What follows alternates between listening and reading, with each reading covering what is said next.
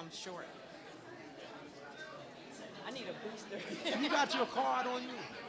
Your card? I'll tell you what. Give me a card, man, because I got to get in touch with you. Huh? Yeah, I Oh, could there use we some. go. Yeah. Yes, thank you. Man got so many cards he can't find his own. Okay. Got to get Aunt Angie up here now.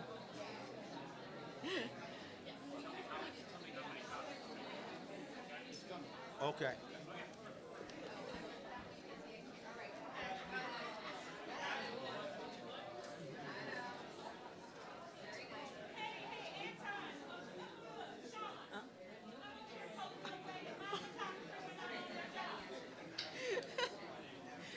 She crazy. Poor Aunt Angie, she ain't gonna get away. She said she didn't want to be up. She can't eat. Oh. She wanna eat. She's hungry because she just got off work.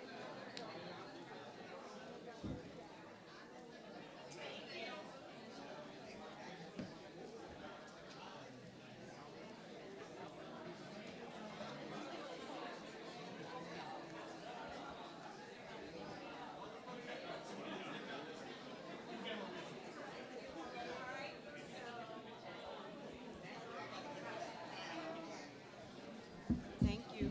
Thank you, Aubrey. Oh, thank you. Thank you, sweetie. This is more than I bargained for. So I had to put my check. Now I'm gonna look like such a kid. I did not bargain for all of this.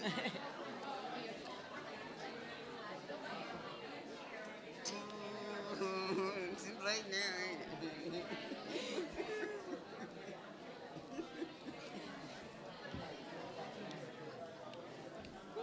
So you couldn't eat? I was trying to, but they keep want to take bits. I want chicken wing in my mouth when I'm taking a bit. That's why I came back. I was starting over there, but I got stopped. You are smart. Go get it. Put your autograph. Okay. You Oh, can even write in here. There's some more space. Okay. Trying to get a sandwich in or something. I ain't getting nothing either, so don't feel bad. It's clear now. Go get in there and put your plate right here. No, I'll have it up here. You can eat it. Everybody looking at me all crazy. I know. Trying to do. She wanna get your autograph. She wanna get your autograph. Please make my night complete. I'm almost out of the way. But this is my Tucker family. Do you understand? I was at Tucker for 17 years.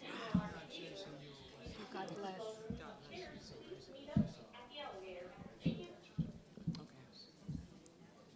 Hello? Ooh, it's on one. I don't want to talk. I don't want to talk. You say you don't want to. That's as far as I can go. This thing is very intimidating. Okay. It's live too, so watch yourself.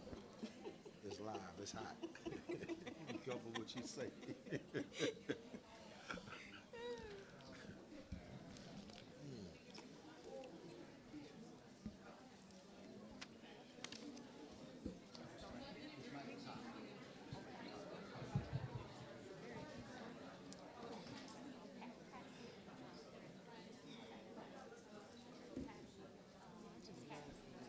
Mm-hmm.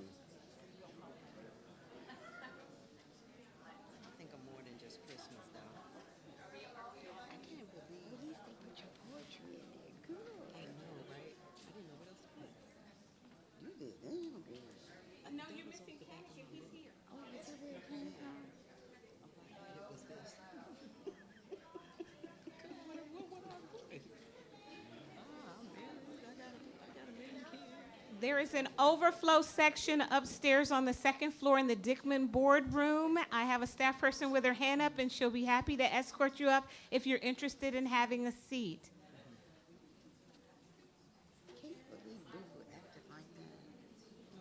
Can you believe Boo got nasty with her like that? You'll be okay. Okay, they said that if people are in the aisles, they can't. Okay, so people are. I didn't know you was on the police force. Yeah, basically walking I was on it for 3 years.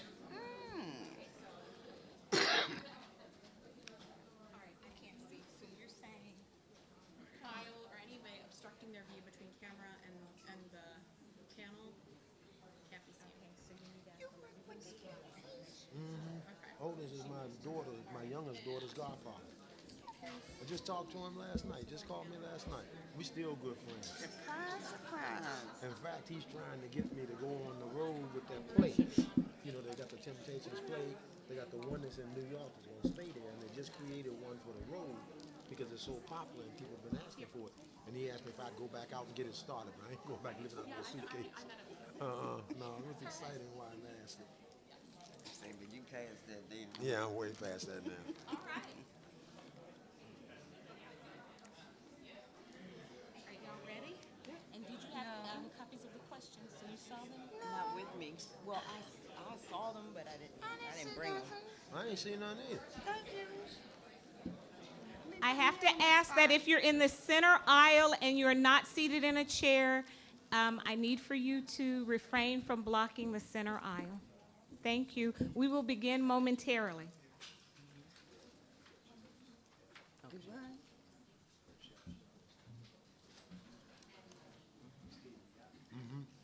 He giving a lot of directions.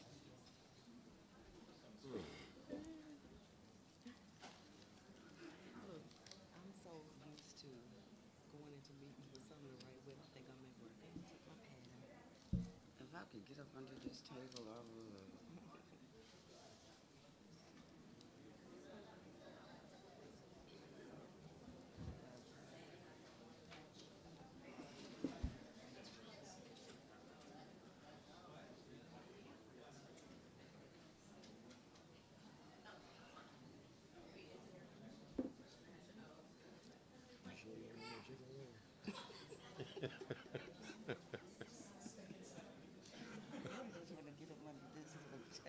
Me and you both.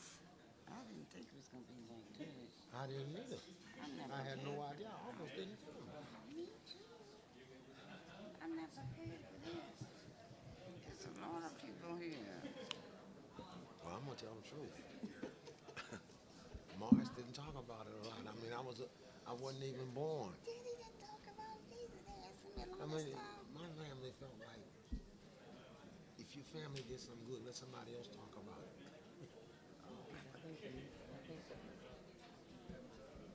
It is on there. I don't like this thing in my face.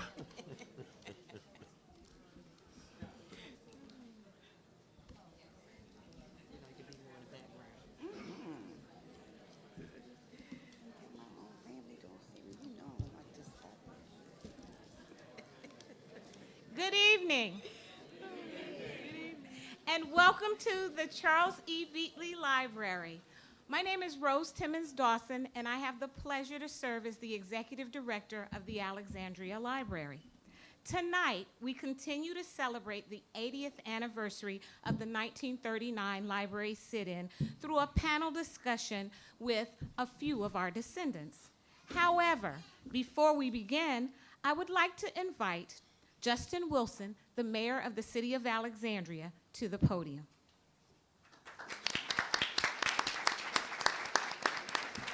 Good evening, everyone. This is an amazing turnout for this event, and I want to thank the community for all being here. And hopefully some of you will be able to find parking at some point this evening, and you'll be able to make it over here. Let me first of all give a hand to Rose Dawson and the entire staff from the Alexandria Library.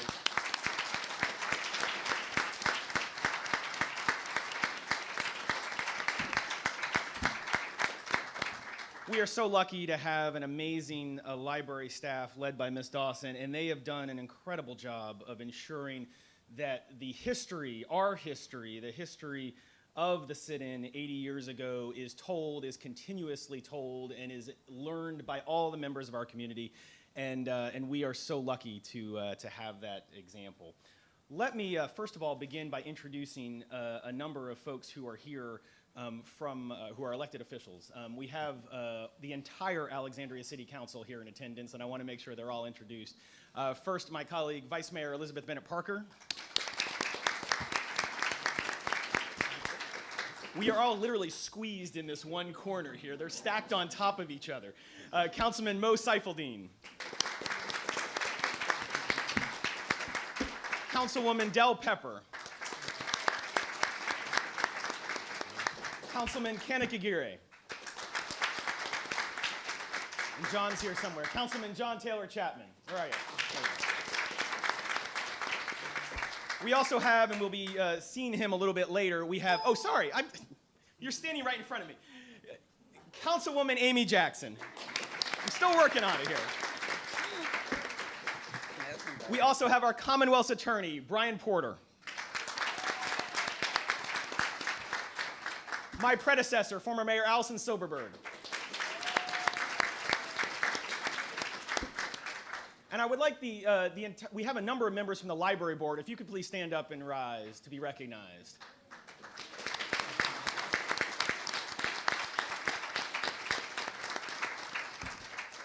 Thank you all for being here, for being part of this culminating event in our commemoration of the 80th year, the 80 years since this historic sit-in. We are here to commemorate this, not just to mark the passage of time. And this is still an event that is in the memories of some of our residents, and certainly in the lifetime of many of our residents. We're here not just to mark the passage of time, but we're here because of what this event tells us, not just about our past, but about our future and the work that remains. We know that Alexandria was a very different community in 1939, but some of the same problems that we dealt with in 1939 still face us today, and are still challenges that we must work through in our community in 2019. We are so fortunate to have a number of the descendants of those 5 brave men here today. And we're going to hear from a number of them today, and I believe we have a third family represented as well. So I know we have representatives of the Murray family. If you could raise your hands, everyone who's here.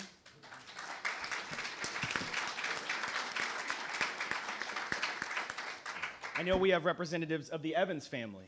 If all of you could raise your hands. And I believe we have descendants of the Tucker family.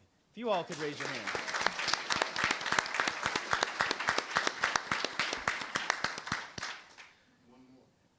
One more. The Strange, we do have I was not told that. So we have a representative from the Strange family.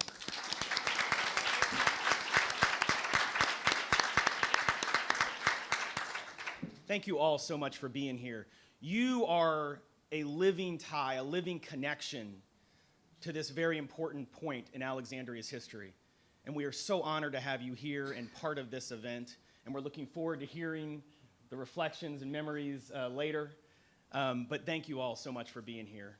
Our community is wrapping you in our love and our embrace and appreciation for what your ancestors meant to this community. So thank you so much for being here. You know, this afternoon I was reading Samuel Tucker's letter that he wrote in early 1940 to one of Rose's predecessors, as ironic as that is. And he was declining an offer to have a library card at the separate but equal library at Wythe and Alfred. And he pointed out that separate and equal was not going to do it.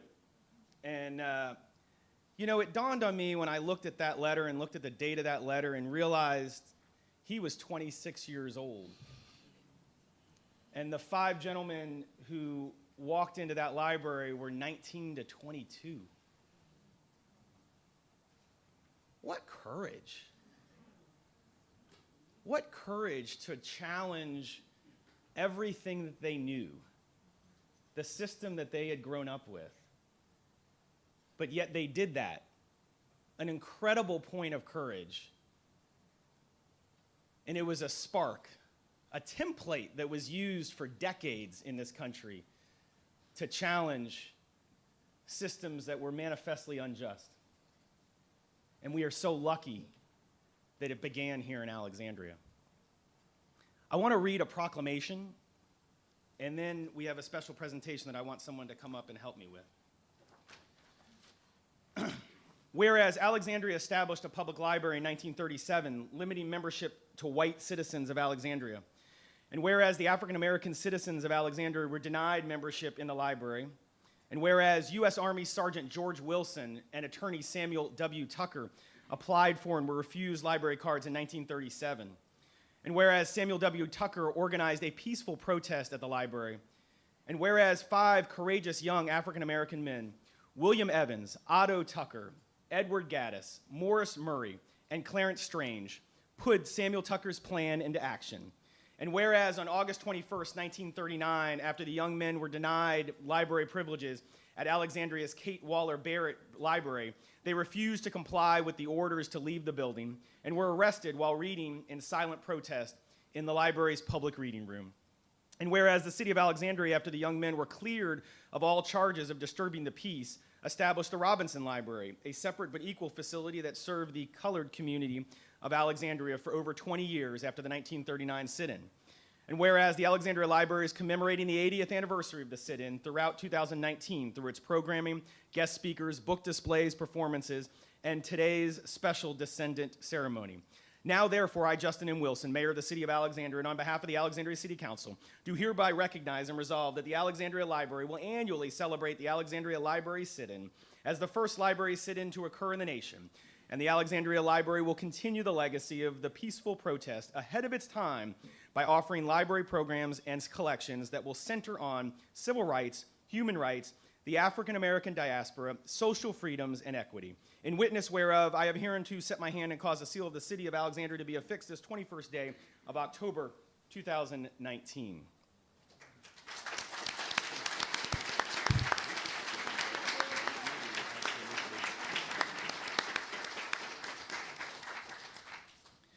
All right, I'd like to ask our Commonwealth's Attorney, Brian Porter, to come up here.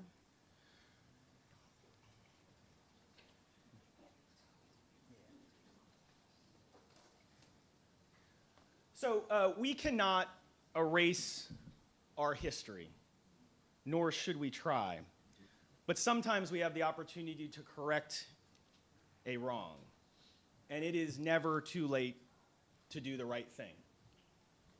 Through the leadership of our Commonwealth's Attorney, Brian Porter, and in petitioning our circuit court, we were able to right a wrong this last week. I'm going to read an order from the Circuit Court of the City of Alexandria because our Commonwealth's Attorney is a very bashful person, and he asked me to read it. Commonwealth of Virginia petitioner versus William Evans, Otto L. Tucker, Edward Gaddis, Morris Murray, Clarence Strange, defendants. Order. Came now the attorney for the Commonwealth and prayed the court to dismiss the charges of disorderly conduct against the defendants named above. And it appearing that the defendants were charged with disorderly conduct in August 1939 at the Alexandria Library facility on Queen Street. And it appearing that the defendants were lawfully exercising their constitutional rights to free assembly, speech, and to petition the government to alter the established policy of sanctioned segregation at the time of their arrest. And it appearing that the conduct in which the defendants were engaged at the time of their arrest, to wit, sitting peacefully in a library reading books, was not any fashion disorderly or likely to cause acts of violence. And it appearing that the defendants were, in fact, not breaking any law, and no criminal charge was appropriate at the time of their arrest. And it appearing that the judge assigned to the case elected to avoid issuing a ruling, with the result being that the criminal charges were never adjudicated and to the defendants never declared guilty or innocent. And it appearing that, therefore, the disorderly conduct charges remain technically extant today, 80 years after they were instituted. And it appearing that in the time period since these were instituted, the Supreme Court and Virginia courts have held that government-endorsed segregation and the policy of separate but equal are unconstitutional, diminish the dignity of American citizens, and fail to ensure the lofty ideals contained in the Declaration of Independence, that all men are created equal and should enjoy the right to life, liberty, and the pursuit of happiness. It is hereby ordered that the disorderly conduct charges against the 5 defendants named above should be and hereby are dismissed with prejudice. Entered this 18th day of October 2019, signed Judge Lisa Kimler, petitioned by the Attorney for the Commonwealth, Brian L. Porter.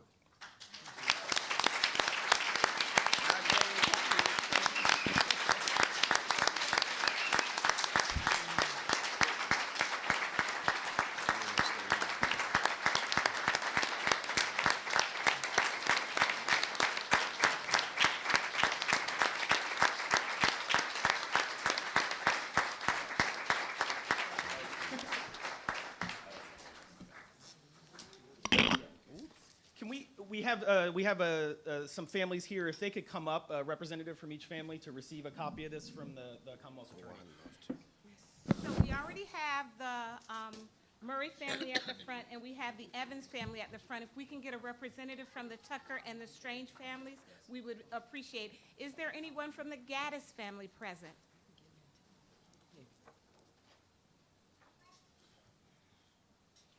And if you'll stay up here for a minute so we can get a picture, we'd appreciate it. Thank you so much. All right, so if you guys will stand back up and we can get a picture of you all with the... Take it.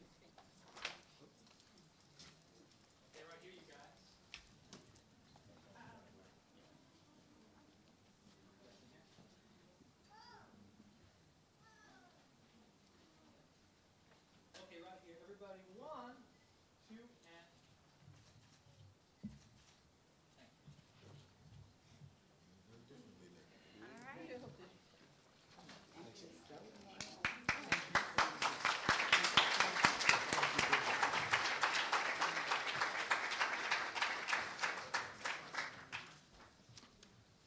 This does my heart good, you all, because I have the pleasure of serving, as I told you, as the executive director as the library, but I am the first African American to serve in this position. And I know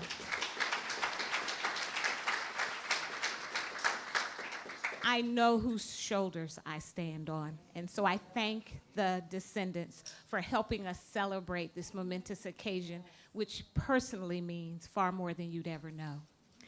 So at this point, I'd like to move things along, and basically, as we've been celebrating this occasion throughout this year, we have branded it as we are the Alexandria Library Sit-In. And in so doing, we created a set of read posters. What else would one advertise about a library other than a read poster, right? And so we rolled out and unveiled our first set of posters at the screening of the film Out of Obscurity in August. And you have copies of those pictures on the walls, and it's been showing on the screen earlier this evening. So at this juncture, I'd like to unveil our second set of read posters, which are descendants of the sit-in participants. And for any other descendants who are in the room, please know that we'd love to take your picture and make a read poster at some point. So if someone sort of grabs you before you leave and asks you if you will share your information, we'd love to follow up with you, all right? So at this juncture, I would like to ask if Mr. Carl Turner, Mr. Darrell Turner, Miss Beverly Wanzer, if she's in the audience, Rick Wanzer, and Bernadette Evans Grimes. Those were the last set that we had the pleasure of taking. So if you can come up to the front.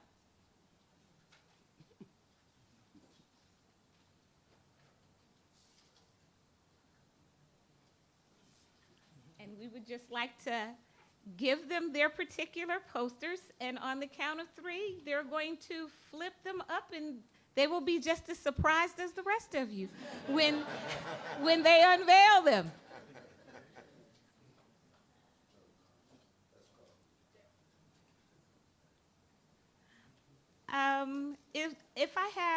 If one of the staff could also unveil some of the others, or a family member would be willing to hold, simply so folks can see.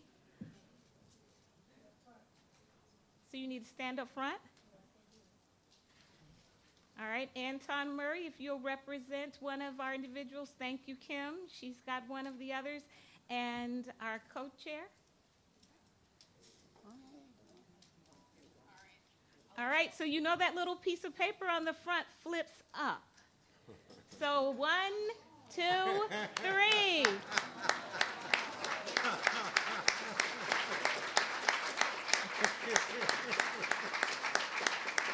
Nice likeness.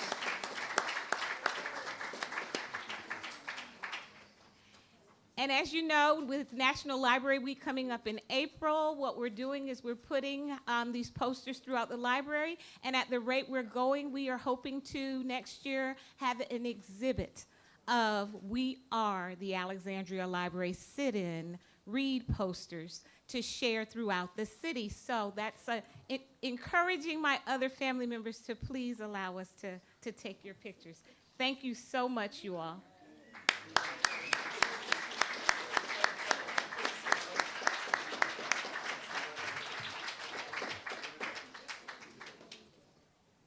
And those are theirs to keep. And I'll take the wands to them. Okay. All right. So moving on to one of the real highlights of the program, and that is an opportunity to have a conversation with our panel. So if you'll look in your program, you'll notice who we have with us this evening to discuss a few questions that we've all been interested in knowing the answers to. So on my far left, I have Kimberly Evans-Reed. She is an Alexandria native and the granddaughter of William Buddy Evans. She is a speaker who has authored and self-published a total of 3 books, 2 relationship books, as well as a collection of poetry, which I love the title, The Kaleidoscope of Chemistry. Her sister-to-sister rap sessions continue to encourage communities of women to come together for a time of releasing, relaxation, and rejuvenation. Thank you for joining us this evening, Kimberly. Thanks for having me. Next to Kim is Joyce Angela Evans Jackson, who is affectionately known as Aunt Angie. She is the daughter of William Buddy Evans. She was born and raised in Washington, D.C., and still lives there. She attended St. Anthony's High School, and she has worked in the accounting profession for the last 23 some odd years. Thank you for joining us, Aunt Angie.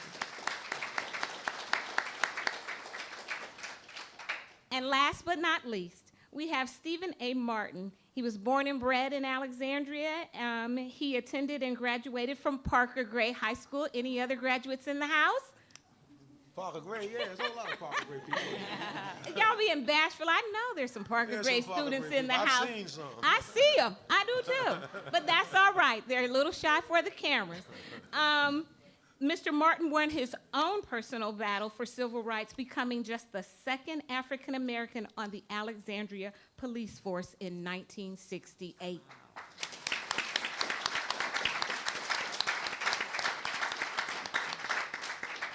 But there's definitely life after public service, because he then entered the music industry and worked for Motown, specifically the Temptations, from 1971 to 79.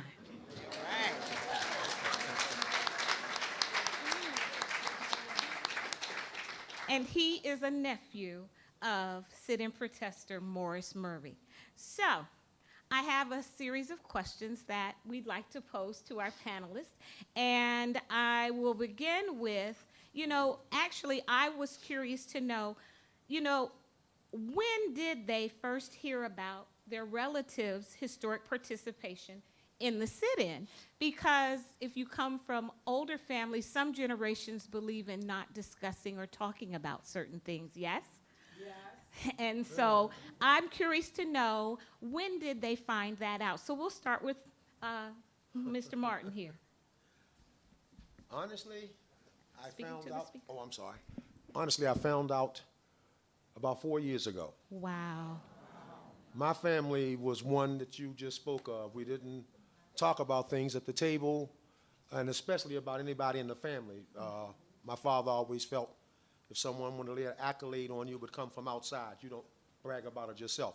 I did not know this about Mars until a few years ago. Wow. Aunt Angie. Well, I found out when the man came to do the documentary Okay. back in 1990. So Daddy never talked about it, and he didn't want to talk about it, do the documentary then, but we talked him into it, and that's how we first found out that he was such a pioneer in civil rights, because to him it was just no big deal. It's just something he had to do at the time. So that's what we did. Amen. All right. All right, now, Kimmy, you're a grandchild. So when did you find out? I found out when he mentioned it. I was surprised when I was about 10, 9 or 10. But I was 9 or 10. I did not care. You know, I didn't. I mean, I was a normal 9 and 10. All I wanted to know is, where are my Barbies? And, and where's the ice cream money? I didn't. He tried to tell me about it, and he's very laid back and not a bragger. But I'm like, okay, it's cool. But yeah, around that time. Now, the city recognizes that we did not celebrate it as we should have, and the library recognizes that fact. So I'm curious to know if the group at any point in time came together or had some sort of anniversary in which they celebrated it in some way. Are you aware of anything that occurred? Well, No, I'm not. Okay. Well, as far as the Evans family, different branches of our family would, because we have such a huge family, but they would get together and just maybe go stand on the steps and take pictures. My cousin Eric and Bernard just took pictures on his birthday, I believe, and sent it to me, and it really warmed my heart because it brought back those memories of when my mom made us do it for the first time when I still wasn't interested, you know? So that's how the Evans family normally celebrates it. And when we had our family reunion not too long ago, I mean, we were talking about it because, of course, I was bragging about this and everything. And so they do little things like that, which are, they may be little to some people, but to me, it means a lot that they do it on their own. Yes, yes. Now, what kind of impact do you think the sit-in has had on the city of Alexandria? And better still, how has it shaped you or other family members? One of y'all want to go first? Well, I think it's made a big difference as far as having appreciation to read. I mean, if it wasn't for my daddy and the other members of the sit-in, African Americans would not be reading in the library, you know. And I think the impact as far as we were concerned was that we were always taught to be strong, stand up for what we believed in. If it meant some consequences, well, if you believed in it strong enough, then it had consequences. All right. As far as other family members are concerned, the same thing applies. They didn't know either, as far as my brother and sister. As far as Alexandria, how it shaped it, I think it was like many early steps that were taken. It was something that was done that is more appreciated now than it was then. Sometimes when we do things as they occur, you don't realize the value of it at that time. And you do later on, and that's what my family has. Okay. Now, what would you like others to know about your relative aside from just their participation in the sit-in? Well, I'd like people to know that my grandfather, at his age, doing something like that, it means a great deal to me and to my children. I have a daughter who passed away when she was 16, and it's September 21st, 2015, and she never got to meet him, but by me telling her about him, showing her an article about him, she just decided one day, I'm gonna go volunteer at a shelter. And you know, and I have that picture of her, and in my heart, it just makes me feel so good and so blessed that a man she never got to meet just pushed her in the right direction for the right reasons. And it shaped a lot of things about her life, and in turn, made her an example for me, for my husband, for her other 3 sisters. So that means a lot to me, and it meant something to her friends as well. So it just warms my heart. I don't know what else to say about it. I wish y'all knew my daddy. He was such a fun-loving, cool, just great to be around kind of guy. He was always there for everybody all the time. And if you'd known him, you would have never believed he did anything like this, you know, so.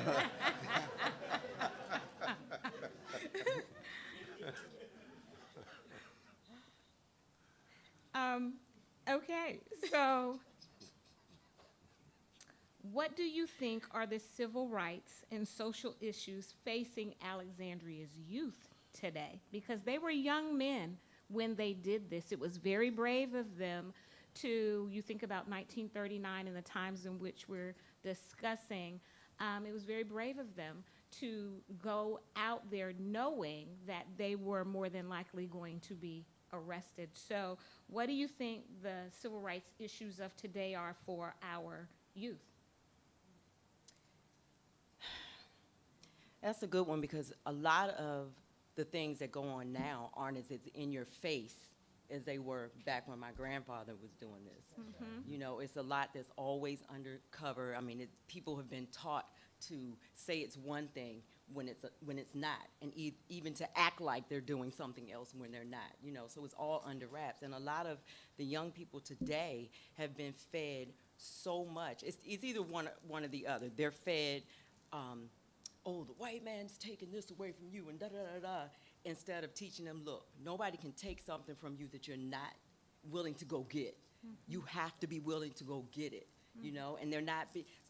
So sometimes we do that to ourselves.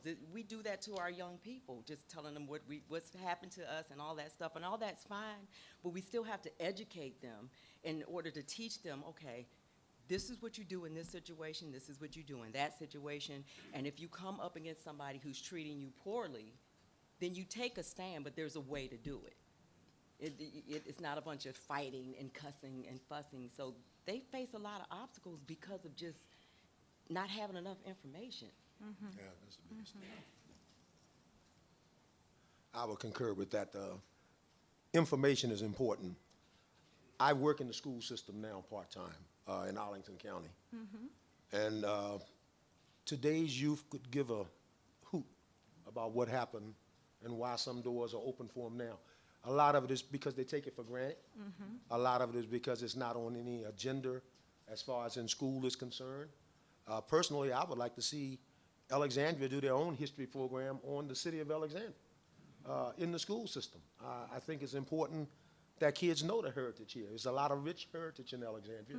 Not all of it is negative, not all of it is positive, but it's history. It's what happened. And I think a little bit more of that should be spread through the school system today, because the kids are not going to take it upon themselves unless they're history buffs to look it up. So do we have any suggestions or recommendations for not just the youth, but the adults who are living in today's times that can be challenging? They're presenting certain challenges for us, but how do we encourage people to carry the torch of a peaceful protest into the future? Live it out. You have to live it out. I always tell my children, you have to, if you want to be the example, live the example. If there's something you think that needs to be done, or, for example, put into the schools, like he was saying, you know, teaching history, then you live that. You do what you want your children to do. You do what you want other youth to do. And a lot of times, like you guys were saying, that some families don't talk about it. We have to talk about it. We have to talk about it. Even if your child does what I did and like, okay. You know, but I mean, talk about it, because I know for a fact that they are listening, whether they're rolling their eyes or not. When my daughter went to college, the first thing she did 3 months later, after she realized Mom is not calling me every day, is she said something negative was going on. I won't say put her business out there, but something negative was going on, and she said the first thing that came into her mind, it was as I was standing there going, yeah, you know, and she was able to bring back something that she had rolled her eyes about and really direct one of her friends in the right direction. So we have to talk to them, regardless. We have to be willing to be the parent that gets on their nerve. We're here to get on their nerves, period. I'm going to tell my daughter that. I have a specific question for you, Mr. Martin, and that is, what obstacles have you faced or did you face when you became a member of the Alexandria Police Department? So we're all family in here. We're friends. And so we'd like to know, first of all, what made you decide that that was the profession you were going to approach? And then once you made that decision, were there any people who made comments to you, or were there any things you had to think about, and whether or not you rethought the decision? It was not my choice to go in the Alexandria Police Department. Okay. I was approached by a gentleman here in Alexandria that lived on South St. Asaph Street by the name of Charles Woods, and he went through a very close friend of my family. In fact, I called him Uncle Ferdinand Day. I see his daughter Gwendolyn is here, and they actually asked me to go down and take the test because so many other blacks were being rejected on, I mean, really just crazy reasons. You stole a gumball when you were 7 years old, and they don't even have records to show for juveniles. That, I think Mr. Porter would tell you that at 7 years old, but these were some of the excuses and some of the things that were used. So I went and took the test. I never expected to go through the process, and in record-breaking time, less than a week, and I guess that's because of the political pressure that was on me at that time, or on them at that time, I got cleared. I got called in by old Chief Halls on Pitt Street, 400 North Pitt Street, and he brought me upstairs, and he swore me in. I asked him, was this the normal procedure? And he said, no. Your hiring wasn't a normal procedure. And we went from there. But as far as I had the usual ridicule from my own who had not had a local black. We had Beverly on there, Al Beverly, who was actually the first that came up from Virginia. And so I got some ridicule from them, got ridicule from the other side, but it was just part of the game. It was just the way it went. After a period of time, I was able to develop some youth programs in the city, and a lot of the people in the city then came back. They were okay. But some people still today roll their eyes. I don't know if I locked them up or locked somebody up in their family, but they still roll their eyes, so hear it all the time. Now, one of my favorite Read posters, the picture that was taken, the three panelists were a part of it, and basically it was a photo reenactment of them standing on the steps of the Alexandria Barrett Library. For those of you who've been in Alexandria for a minute, you call it Queen Street, okay? So the Barrett Library, because of the construction and the changes that have occurred, we couldn't get the exact same photo we were after, but we did create a reenactment. And it is my favorite Read poster that was taken based on the whole feel of doing it and then their faces. And I'm just curious to know, out of that, how or was there a particular feeling for you in doing those Read posters or doing that particular poster as you experienced the retracing of your relatives' historic steps? Well, I think for me it was because this was my daddy when they took came to the house and did the documentary. As you see, he just acts like it's no big deal.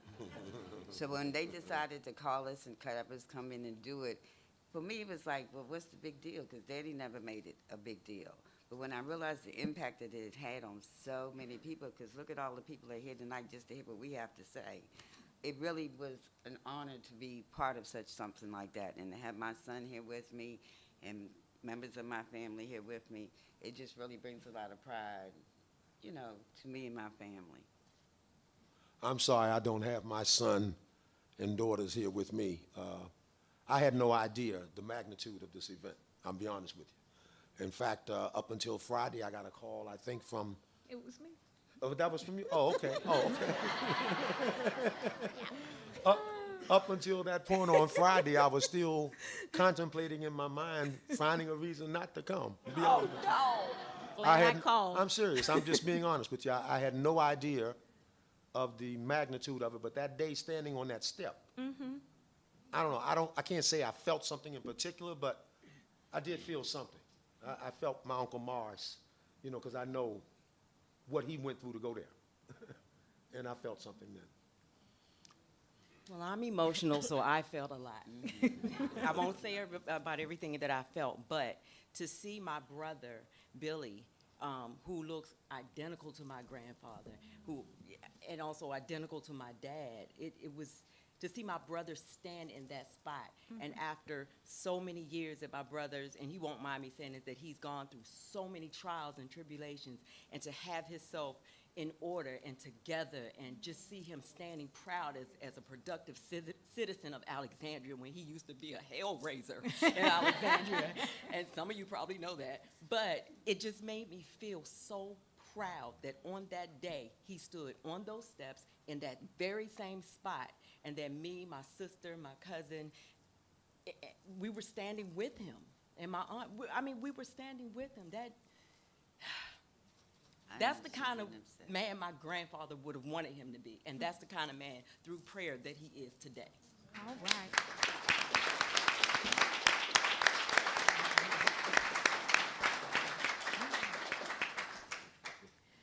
Now, at this point in time, we're going to open it up because I know I have failed to ask some burning questions that some of you all would like to ask of the panel.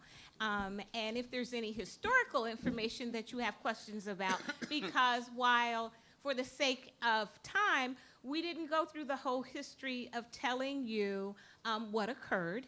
We have a display that was out in the front in the foyer that we're very proud of. That's an exhibit that captures and tells the story very well. I want to give a shout out also to the 4th grade class from the Flint Elementary School in Oakton, Virginia, who provided the additional superhero comic drawings. And so we had some of those books floating around as well. And so if we have any questions at this point, I open up the floor.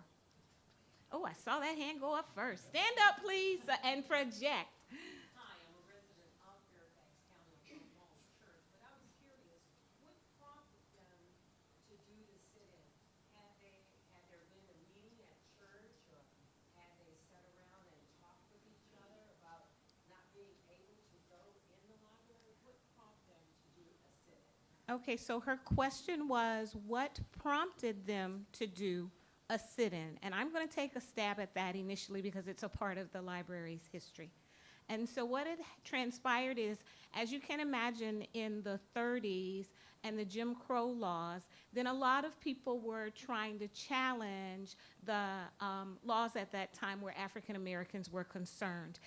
A young attorney, Samuel Tucker, recognized as he was interacting with some of the other powers within the NAACP, they were thinking about challenging the transportation and riding down south. And Tucker said, what about things such as libraries?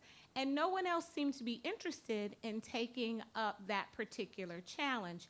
And so what he initially did was he got with Sergeant Wilson, who was a gentleman who was a resident of Alexandria, who had served in the military, and he initially went after challenging the right to use the public library through Sergeant Wilson applying for a library card. And they sent that through the court system first. Why Wilson was denied a library card when the library was built in 1937. And everyone was very happy to have this public library. Alexandrians have always loved libraries. They'd had a subscription library from as far back as 1794. And so they had this public and free library, but based on the laws at that time, African Americans could not use it. And Tucker decided to challenge it first through Sergeant Wilson. He then decided to try and do a nonviolent protest. And he put out a call for a number of young men. And my understanding from the Out of Obscurity DVD is that he had a good 10 or 12 young men show up initially for the training, because there's a way to go about doing, nonviolent protest. And for a person like me, who grew up in the schools of North Carolina, I always heard about the Greensboro sit-in, and that didn't happen until early 60s, but here we are in 39, and Tucker has figured out how they need to be trained, what they need to be prepared for, what the laws are that are on the books that they would possibly try and arrest them for. And even if they didn't violate any of those, the chances were they were going to be arrested. Yes, sir. Good evening, everyone. I don't have a question, but I want to add something to this. You know, on both sides of the family, the Evans family and Murray's family, give Alexandria a perspective on this and legacy. It doesn't surprise me with the Evans family being on the city of 1939.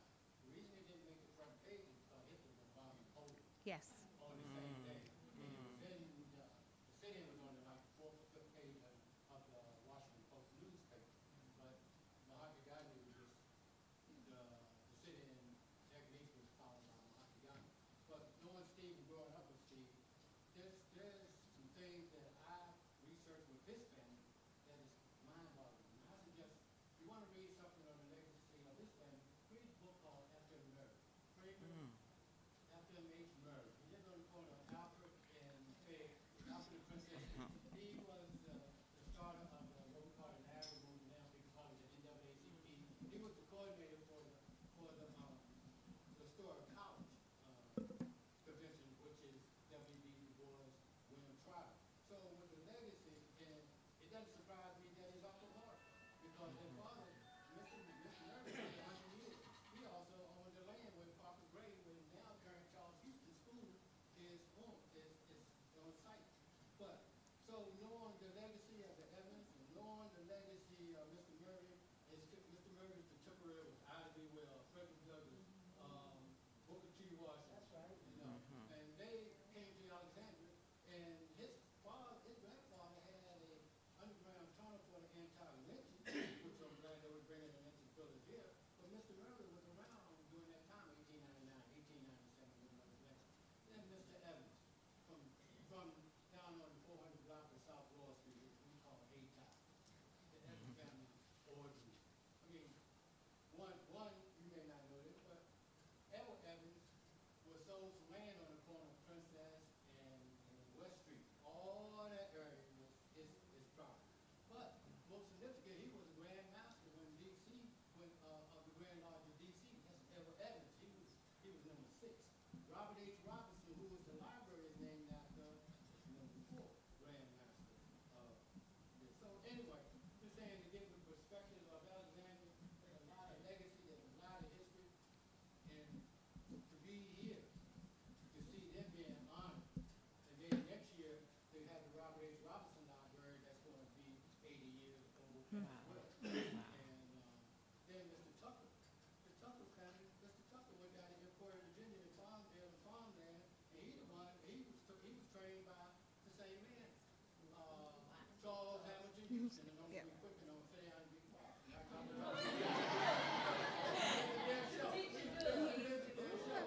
Samuel Wilber was the one, he was the Thurgood Marshall of the East Coast. He was the Thurgood Marshall of the South. He's the one that went down to Farmville and put the tall babies, the black and the white one, and was running the kids to see which one they were going to pick, the black and the white.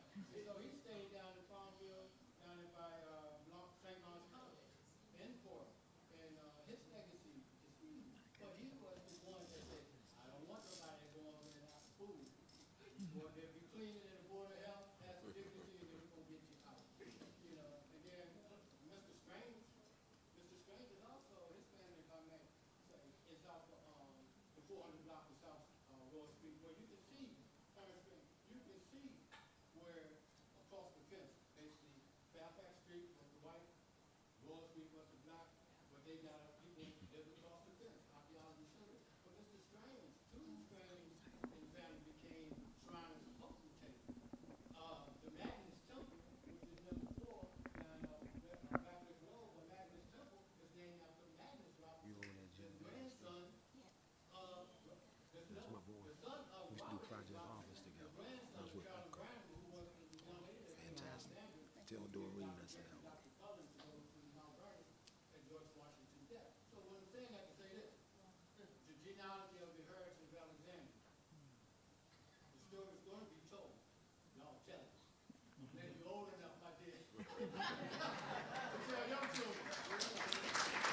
Thank you so much, Mac. I do believe, staff, that we have our February speaker. Yeah, yeah. It'll be a good one. It'll be a good one. I saw another hand. Yes, sir. So I was wondering, a lot of times in history you'll find courageous people who do things that are not understood until a long time after. And so in the moment they are not understood and they are treated like villains. Can you talk briefly about the courage that it took for your family to do what they did, what was at stake, and how this affected the rest of their lives? Well, I can tell you that my grandfather, from watching the documentary, he said he was scared. And to know that he was 19-year-olds in these days, well, I'll use myself. At 19, I wanted to go to a party. If you had asked me to do anything like that, I wouldn't know, period. So that type of courage, to explain that to my children, especially when my older two were in their teens, to say, you know what, the maturity that that had to take, the guts that that had to take. I only pray that you all have that type of gut feeling to do something like that. And they have. It might not be what my grandfather did, thank God, but as a mother, because I wouldn't even want him to do it. It would scare the life out of me. But his courage has shown my two older daughters that the things that they have taken on in their life, like one daughter just left and went to New York, and she's green about everything. But for her to do that, it may not be that she was fighting for somebody's rights, for the rights of other people, but she was fighting for her right to do something that was out of pocket, you know, in everybody else's mind, something that took a lot of guts. And I reminded her, you know what? That is something. That is something to be proud of. That's the kind of courage your grandfather had. And it might not seem like it goes together, but it does. I would never have had enough guts to just go to New York and start off, you know, start a new life at that age. So it's impacted my family a lot because I can always go back to that when I'm trying to do something, when I want to publish another book, when I published my first book. That's what I thought about. I thought about, you know what? My grandfather went and did something that could have got him arrested, that could have got him beat down, that could have made people go after people in his family. I mean, she wouldn't be here. My father wouldn't have been here. I wouldn't be here had he been killed. And that's what was at stake. So I try to remind my children, and even my husband, when he needs to go, and that's my husband back there, the big guy. But, but I remind them, anytime they have something they're going up against, think about my grandfather. You're not doing anything. Do what he did, and then be scared. So it makes it easier for them to just take the next challenge. I hope I didn't go too far off, but. I have another question. Hi, Michelle Miller, resident of Alexandria, and I just want to thank you all for taking time to share your story and your experience with us tonight. A reflection and also a question. A reflection is I actually am learning more myself about the sit-in and checked out the video that the library offers, which I was really excited about. Unfortunately, I went out of town recently and forgot to return it, so I have a link to that video. Kind of proud coming in. Well, we'll talk. I can handle that one. I'm very glad that for your grandfather and your father's courage and your courage, I can have a link, you know, check out the link that I return of the library book and also a video. But I'll get it back, I promise. The question I had though, as you guys have probably watched, there's been a number of movements even currently that are being led by young people. Climate change, gun violence, and young people are taking more and more steps to really be courageous about things that they care about. Can you guys share kind of what those moments mean to you, especially as you're seeing young people take their place? Thinking about the fact that Mayor Wilson reflected, they were 26 and 18 and 22, and I mean just super, super young, and now we're seeing even younger young people do that. Can you kind of reflect on what that means to you from what you've experienced in your family, and maybe what your hope is or concerns are for the future as young people continue to take their place? I encourage it personally with young people. In fact, about 3 weeks ago, there was a young lady from D.C. that was talking about the violence and some other things that were going on, and it started a protest at her school. And I think it was on NBC, Channel 4. But I called Channel 4 to find out how I could reach her, and called her just to tell her to keep up the work. The real victory is bringing people together. You can do some things on your own, but if you really want to make an impact, bring people together on any cause that there's out there. Because standing as a group, you're heard a lot more, and a lot more can be done than standing as an individual. And I've tried to do it both ways, and with the group it's a lot better. Because if you think about it, when you put a group together for any cause, whatever it is, whether it's a racial issue, a financial issue, whatever it is that you're arguing, you're halfway there. Your victory is halfway won by just bringing more than one person together. It's very hard to bring people together for any kind of cause, and even with the young people. So I encourage it. I like to see more of it, and I hope that I will get to see more of it before I leave this earth. Well, my daughter, my youngest daughter, Jamie, she's 16, and she has taken this entire experience. She's the one at the end right there. But she has taken this entire experience, and I blame you guys, Ms. Dawson, because ever since this started going on this year, everything she sees on social media is an injustice. She is digging. She's always been that way, but never as vocal about it. And the things that she is gravitating to, they're more meaningful now. So there's an issue on social media where there are a few people, kids that want to use the N-word, and they are trying to give their reasons why they should use it and stuff like that. So she's like, I don't think this should happen because da-da-da-da-da, and we shouldn't be using it, and da-da-da-da. And she's really, really like giving me some good insight. Is anything to... Did my grandfather ever fight? Did my great-grandfather ever fight for pollution? I hate to see somebody throwing something out the window. We need to do something about that, and there needs to be org. You know, so there are things that she believes that are worthwhile, and she is digging into it. And I owe that to, I owe it to God for creating my grandfather and Mr. Tucker and everybody that was involved in that. And I owe it to this library and you and all the people who've been doing this, because that means a great deal to a mother. I can speak for any mother and say when your child does something, because that child is influenced by other things that are positive, especially when it's in your community, whether it's your family member or not, that means a great deal. So I want to thank you guys for just doing all this, because that means so much. And it impacts my family a great deal to have her do something like that, because we're scared for her, but we're proud of her. I would like to take the opportunity to respond to this question as well. My daughter is a freshman in college right now, but a couple of years ago she was 16, and after one of the shootings, the unfortunate shootings at one of the school, her students at her school had decided they were going to walk out and they were going to go downtown in Washington and protest. And as a parent, you're a little nervous about that, but you're very proud that they recognize that this is them. It is what happens now affects their future and their children.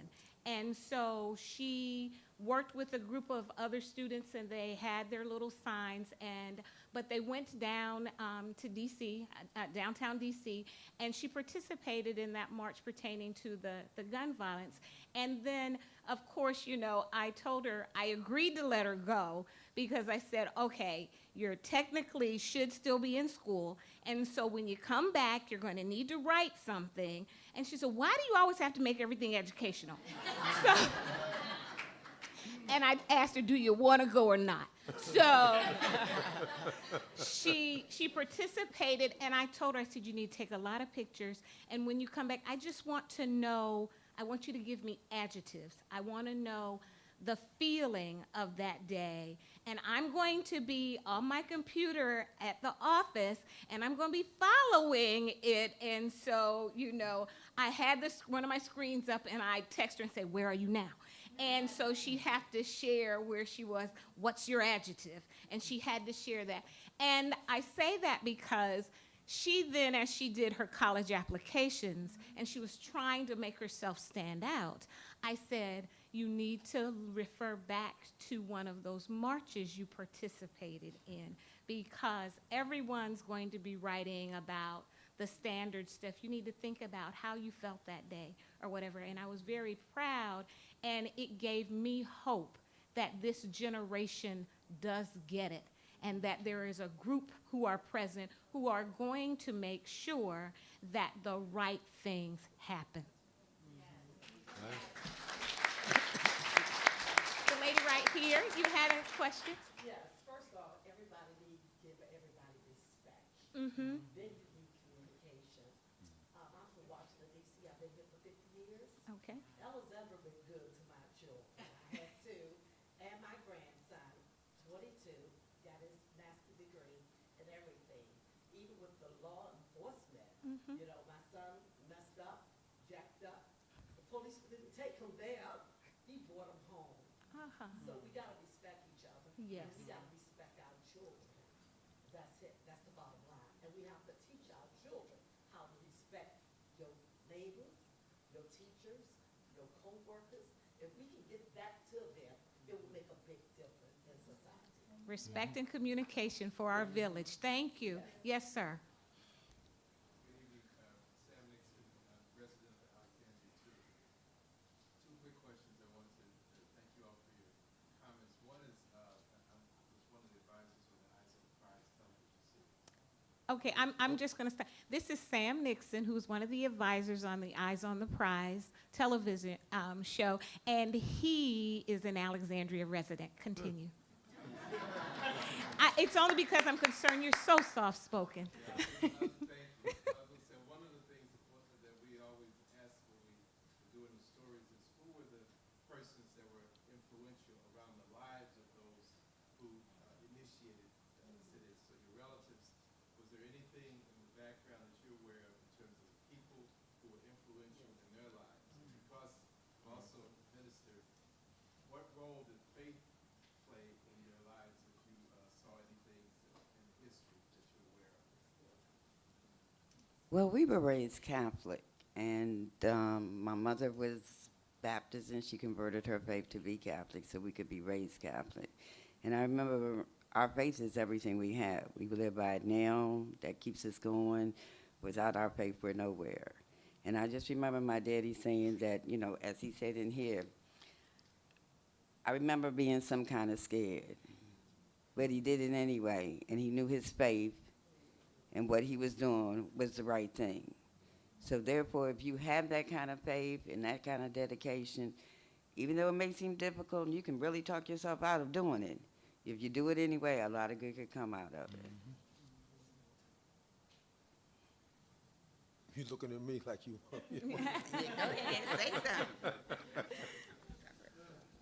Faith plays an important part in my life. It always has, and it always will.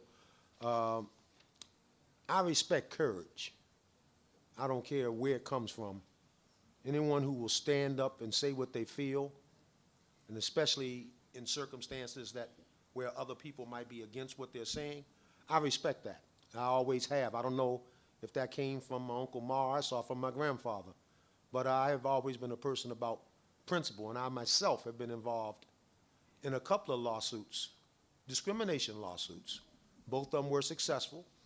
One I regretted filing because it was against an employer where I had been for 18 years. But it was necessary because what they were doing, although it didn't affect me, it was affecting others. And I got tired of seeing it. And I went to them first to ask them to correct it. I don't know where that comes from other than the faith I knew when I filed it. I was going to be okay because I knew God was going to be in my corner. But as far as the intricacies of my family, and again, at the dinner table, we rarely talked about stuff like that. So I can't tell you what effect it may have had on them or what motivated Morris to do this, probably my grandfather as well. But motivation comes from various places. And if you just keep your eyes open and be open to things, you can get motivated with a lot of things. And I think Mr. Tucker, influenced my grandfather. Yeah. Um, Really influenced I, ours. I really do. Yeah. And, but I can say that from when I started learning about all of this, it strengthened my faith. It really did on so many levels. And I learned through my cousin Bernard, who I would like to call Uncle Bernard. You know, when you have a cousin that's at a certain age. You're not old, I just love you. You're my Uncle Bernard. But he taught me so much about our family history as a whole, about, you know, things that spun off because of this, or just things that our family members have been a part of throughout this city and in the DMV area. It had to take a lot of faith for them to step out and do all of that, because, you know, they were doing that back when things were still hectic. So they had to be grounded in faith. They just had to.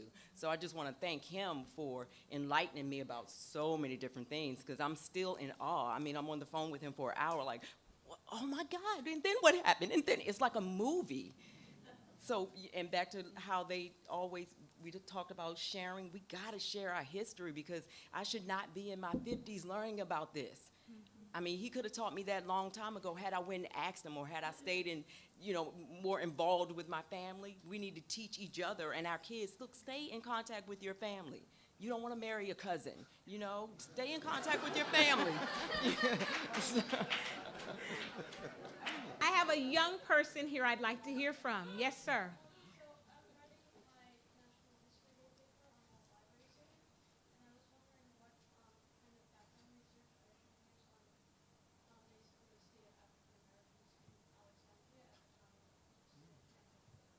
You definitely need to look at the exhibit out front. The Alexandria Library Special Collections over in the Barrett Library. That is where we did most of our research, and the staff over there will be able to assist you. Good luck with that. Good for you. Yeah. Right here, you had a question? Dawson, my name is Olga. Well, I was going to make a comment, but I know that in your situation, you have a lot of history documented or documentaries. But something that I've learned also, as you say, I'd love to know at what age you realize that you should put the Barbies down and listen to stories. But unfortunately for me, I realized a little too late that I hadn't written down enough of the stories that my grandparents had told, that my mother had told. And so now that their great-grandchildren tell me, then I have some details, but not the flesh and meat like they used to tell. So it's a challenge for all of us. You know, keep the stories, tell the stories, write the stories, because they're our history, they're treasures. And I have no excuse, because I write books, so shouldn't I, you know. But no, thank you so much for being here to share.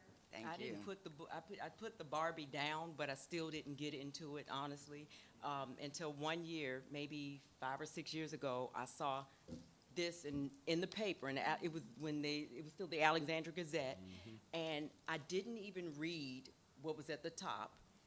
I didn't read what was in the top. I just saw this guy who looked identical to my brother, and I called my mother. What is my brother doing at the library? Who gets arrested at the library? Who does that? Everybody's gonna talk about us. But she's like, Kim, slow down. Look at the outfit. I was like, and what in the world does he have on? That's your grandfather. You know, so that's when it really started to click for me. And to me, it's not too late, but it's way too late. You know what I mean? I could have been learning so much more, and I could have done some different things with my life. I mean, I'm good, but I could have, there are certain decisions that I would have made differently had I known something like this. Can I make a comment to that Yes, young man? please. For the young man who was doing a paper, I think he said, use the library to get some of your basic facts, but also ask your parents. You might have been around in Alexandria for a while. I'm kind of sensitive to this because I look around and we do all of these history programs, and which I appreciate a great deal. But I look at certain things. We don't have the visible aids to go and show you. Like, I can't take my son and show him where I went to high school. because my old high school, Parker grade, is now $500,000, $600,000 townhomes. I can't take him to show him where the recreation center that I used to play, because they're also townhomes. You know, we lose a lot of history as far as we see growth every day and development every day in this city. It's going up everywhere. But a lot of it is going up on the backs of black neighborhoods, black institutions, and that's what disturbs me, and disturbs me a great deal. So when you do your paper, look beyond what the library may have to offer, and ask your mom to talk to some of her friends about what it used to be when. And I think you will see the difference now. And some of these family members. Wendy Fuller in the back. Just on that same note, I'd like to give kudos to the Alexandria Gazette and Ms. Charbaugh, because in answer to the young man here who was asking about history, she has done a wonderful job collecting history that would be lost, stolen, or strayed if she were not doing something like that. And now I see that the Zebra newspaper is going to be grabbing hold of her as well. And I think it's those kinds of things that we have to go back and look at, because there is so much history here. And I do remember as a little girl wondering why I couldn't go to the library.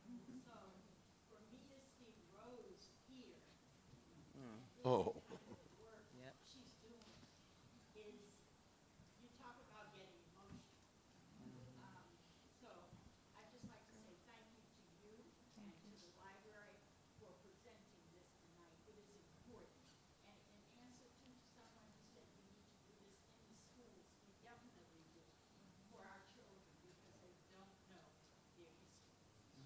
And it's so true. We lose our elders, we lose their thinking and their wisdom when we don't sit down and write what they have to say. I didn't do enough of it. And I'm gathering what I have, but it's so important. And for you to start at a young age like that is very important. Begin now and keep on going. My name is Maria Reese. I'm a resident of Alexandria. I'm a graduate, 1971 graduate of GW High School. I was a high school then. And the Queen Street Library was my favorite library. And I would walk from our family lived and still live at the corner of Mountain and Radcliffe. And I would walk all the way to Alexandria Library on Queen Street, because it was my favorite place. And I want to thank you, your ancestors, because it was their shoulders that I stand on, as being able to come into that library and spend endless hours there, studying and doing research. So I appreciate that. I do have a question, because we know that racism is alive and well in America, and it still thrives in Alexandria. And we add to that the additional ingredient of classism, because now income levels and sensitive low income housing is disappearing, and our history is disappearing. And so what do you think that we as citizens of Alexandria and elected officials of Alexandria can do to, unfortunately, I don't think we're going to protest the way that your ancestors did. For some reason, this doesn't appear to be in our DNA anymore. So what can we as citizens do to try to eradicate the racism and classism? Stop talking and doing. Yeah. We And need get a group. Get a group. Find someone else that shares your sentiments all the way. And they might know somebody. And before you know it, you got 10 people. And 10 people speaks a lot louder than one. 10 people have more ideas that you can bring and you can branch together. Before I go any further, I want to thank Ms. Dawson as well for this program, because not only is it the history for the city and the people here, it's history for me. I really did not know a lot of this stuff before, and I thank you so much for taking the time to do that and put it together, and the mayor for allowing you to do it. That's my board. Because they're in a few years back, speaking back, we would have never gotten this. Even if you had produced it, we'd have never gotten this. And it took a lot on your part and a lot of courage on your part to allow it to happen, and I appreciate it. I just want to thank you on behalf of my family that's not here tonight. Thank you for the program. And I also would like to thank you for everything because you made this a big deal. When growing up, it wasn't a big deal. It was like, Daddy got locked up, he went to, but you made this a big deal, and it's like now everywhere I go, I'm like, I'm Buddy Evans' daughter, that's my daddy, because now everybody knows my daddy, but, they know him as Buddy, my father, but he was my daddy. And as a little girl, he kept me and my brother away from a lot of stuff that would have caused us any kind of problems or discrimination in our lives. But now it's like, yes, that was my father, and it makes me feel good. And it could have just been swept under the rug, made no big deal like a lot of things have happened. But you have really brought it to light, and I just want to thank you from the bottom of my heart. Thank you.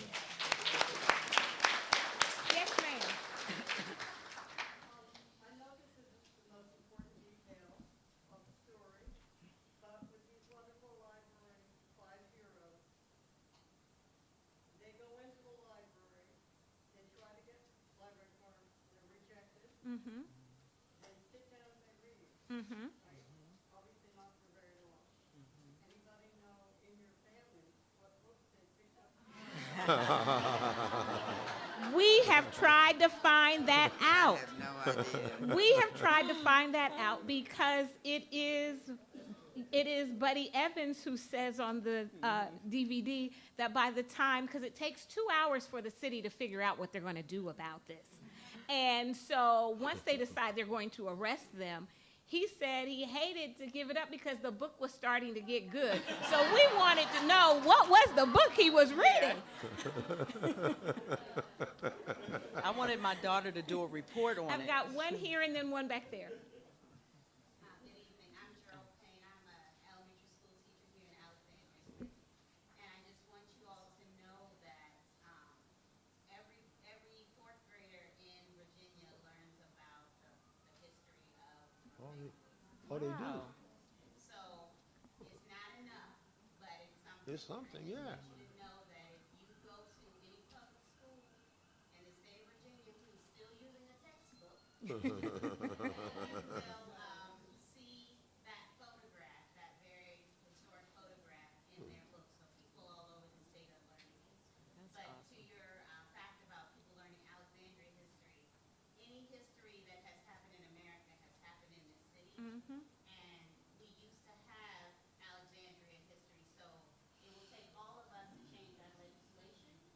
So anything that you can do, please call your friends over here, call your school board members, because this is American history in Alexandria. And I'll just tell you, I work at Mount Vernon Community School, we learn Alexandria. All right. And we do a reenactment of we do a march from the Robinson Library to the Queen Street Library in fourth grade. Mm-hmm. The kids reenact it, so we're trying. Oh, And no, they that's come a- and visit. That's a real, I didn't know that. They are the class every year that comes and visits the Barrett Library, every single one of those fourth graders. So thank you, ma'am. All right, I had another hand up, the gentleman right there. Hi, thank you all for coming tonight. I grew up in Alexandria for most of my life, and I knew the basics of the story, but I didn't learn until tonight that Mr. Murray, Mr. Evans, and a number of other of these men walked out of that library, they went back to their lives, and then a few years later, they went to war. Mm-hmm. And they were part of the greatest generation that helped defeat fascism.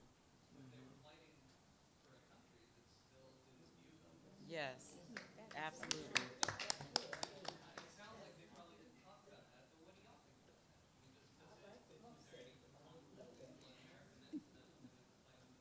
Daddy was in World War II, and I remember when he came home, loud noises would scare him. You know, like hit a bang or something, he'd jump and stuff, and we couldn't figure out what's wrong with you, you know. But he would say stuff like, "Yeah, I served my country, but I couldn't read a book." But we didn't understand what that meant at that time. You know, it wasn't until later on it was like, here you could have fought for, you went, died and, you know, fighting for your country, and you couldn't even have read anything about it because they wouldn't allow you to read about it. So, yeah, that was very impactful. Wow. It's like a Yes, kick in ma'am. the teeth.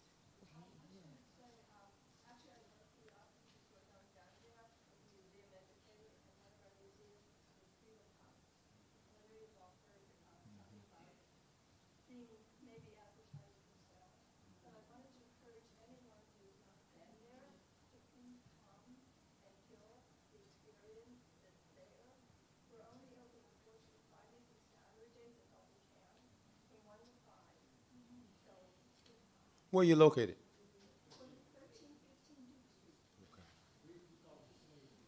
Okay. Yeah, I know. Yeah, I know what you're talking about now. Okay. Okay, I want to thank everyone for attending this evening. And if we could thank our panel.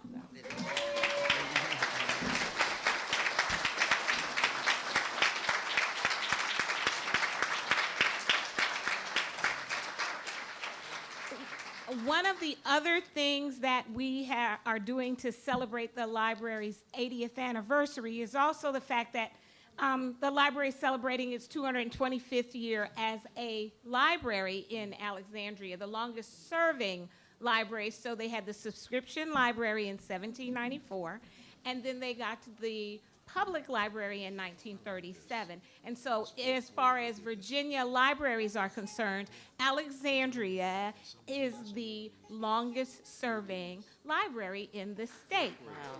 That's their project. And so as we celebrated both of those aspects of our history, the fact that we had this long love of libraries, and then we had this love from another part of the community who were not able to use the facilities, we actually started doing some taping. So we have taped some of, well, the remaining living library directors. And so Miss Jean Plitt has been interviewed. Mr. Patrick O'Brien has been interviewed, who actually was responsible for building this lovely building. And I am being interviewed so that we get the perspective of the library during the years and the history, because as we shared, to have 3 of us still alive is big. And we don't want to lose the perspective from the leadership under each of the individuals.